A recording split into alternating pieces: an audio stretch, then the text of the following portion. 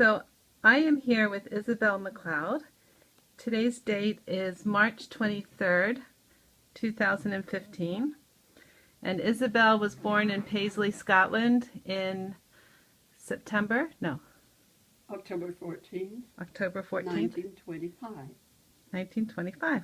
So she'll be 90 this year. I'm wearing glasses, especially dark.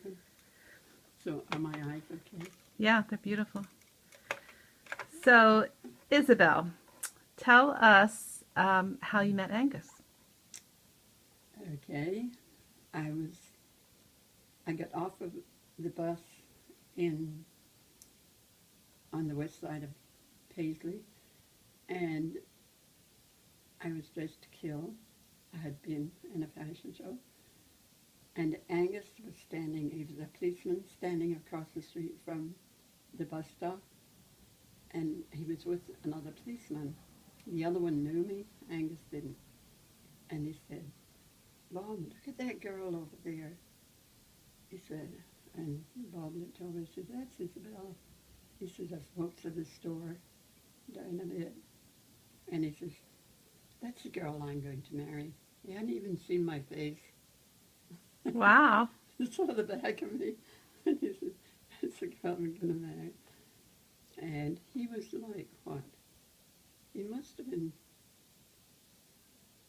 30. I think he was 30. And Do you remember what year that was?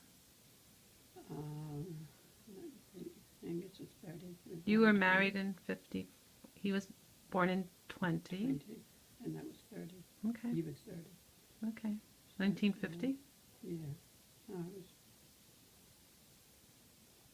maybe it was. You were married in 54. Right, 53. It was 53, the year before you married. Yeah. Okay. So anyway, 50. We married in 53 and we come over here in 54. Oh, married in 53. Yeah. Okay. But anyway, for a year, Bob brought him over to his store, and my dad came through from the apartment, and he said, Bob said, "I'd like to speak to Isabel, Mr. Hall." And so he shouted, "Isabel, Bob's the only one to speak to." So I came through, and there was Angus. The two of them had the big bobby hats, like, and all I could see were eyes and nose and mouth. So he says, "This is my friend Angus McLeod." He said he wants to meet you. And I said, "Oh, hi Angus," and I shook hands with him and said, "How do you do? Nice to meet you." And I went back to my coffee, and Angus was watching the store every time he was on duty around there, and he saw me go in, and so he came in, and it must have been 2 weeks later because I was gone all the time, and he came in, and he said, "Isabel, remember me? Bob introduced us." And I said, "Yeah, I remember you. Angus and there." And he said, "Yes." He said, "I was wondering if you'd like to go to the movies with me on Sunday."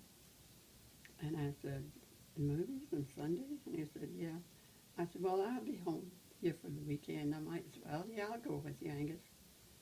"Oh, good." And so he took me into Glasgow and went to a movie. And then he said, "How about I take you out?" And he told me a day. I said, "I won't be here, Angus." I said, "I've got to be in Edinburgh this week, so I'm leaving tomorrow morning." And so he said, "Well, when you come back," he said, "would you let me know?" I said, "For why? I said, "I'm never here, to go anywhere with anyone." And so he said, "Well, I'll look out for you anyway." So he went to the store. My dad used to give them coffee. And so he would get friends with my dad, and ask him where I was and everything. And if I was in Ireland or someplace, he would write me a letter to the hotel. Mm-hmm. And because he knew I'd get it in a couple of days. So you were doing modeling jobs at that point? Yeah, I was modeling. What kind of modeling were you doing? I had been a Highland dancer. Oh. And I used to dance, saw dance with this girl, Binder-Macleod. Oh. And that's another story I'll tell you when I get to it. So anyway, when I heard Angus MacLeod, I thought of it, Fiona, he was very insistent every time I was home. He kept up with my dad when I'd be home. And so he came in one time. He said, "You're going to be here for this week?" I said, "Yeah, I'll be home for a week."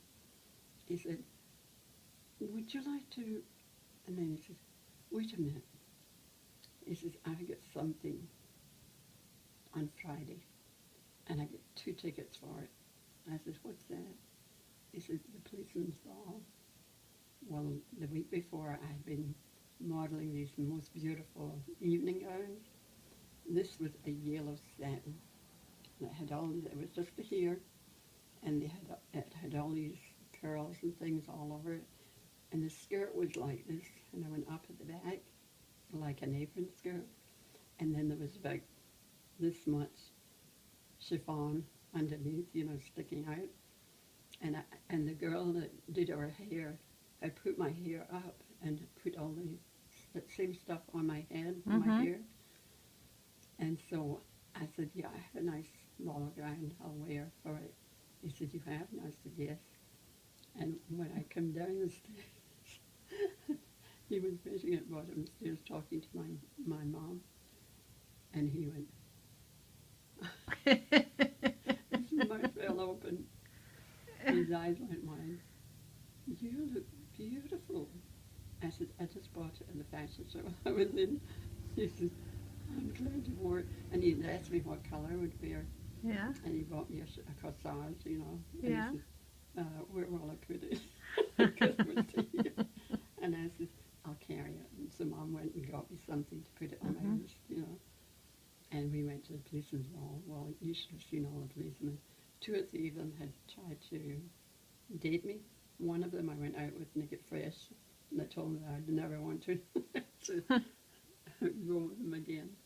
So when he found out Angus was dating me when I was home, he said, "You'll never get anything from her." He said, "She's cold." I said, "Yeah, and I'll stay there." And Angus was glad. He said, "Thank you." He said, "Now that's the girl I said I was going to marry." Yeah. He said, "Some hope of you marrying Isabel." He said, "You won't." He said, "You watch me." And he said, "I pursued you until I got you." And how long after that were you married? Within the year? Now, let me see. No, it was 2 years before 2 years. I get married. We dated for a year, and then he met me. I was in a fashion show in Glasgow, and he came to meet me after the show, and he said, "I'll meet you at the Beresford Hotel, and I'll be in the American Grill there." I said, "Okay." So I went up there, and he was there. And so as soon as I got there, he sat me down, and he said, "How are you feeling today?" And I said, "Fine." And he said, "I've got something to ask you, Isabel." And I said, "Really?" And he went down his knee, and he showed me a ring. It was a double ring like this with 2 diamonds on it, And I said, "That is beautiful, Angus." He said, "Will you marry me, Isabel?" And I said, "I sure will." "Yes, Nice. I will, Angus." I said, "But there's one condition." He said, "Condition? What's that?" I said, "You go to America with me?" He said, "I'd go to the moon with you, honey. Let's get married and go to America." That's great. Another year, Right. And we dated for 2 years, actually. And the last year was engagement. And we had planned to come after, like order at a certain time.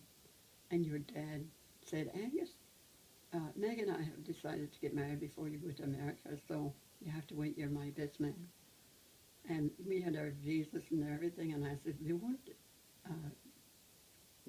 won't go bad with it. He said, "I don't think so." He said, "Matt, you have to hurry." And we've got so much time. And so they did. So maybe that's why they married after just knowing each other 6 months. Right. They knew that was the right thing That's to right. do, and they didn't want to wait and let us go to America. Right. Then they come over after us. I think it was like 2 years after. They came in 56. 56. See, we weren't here in 54. Right. Yeah.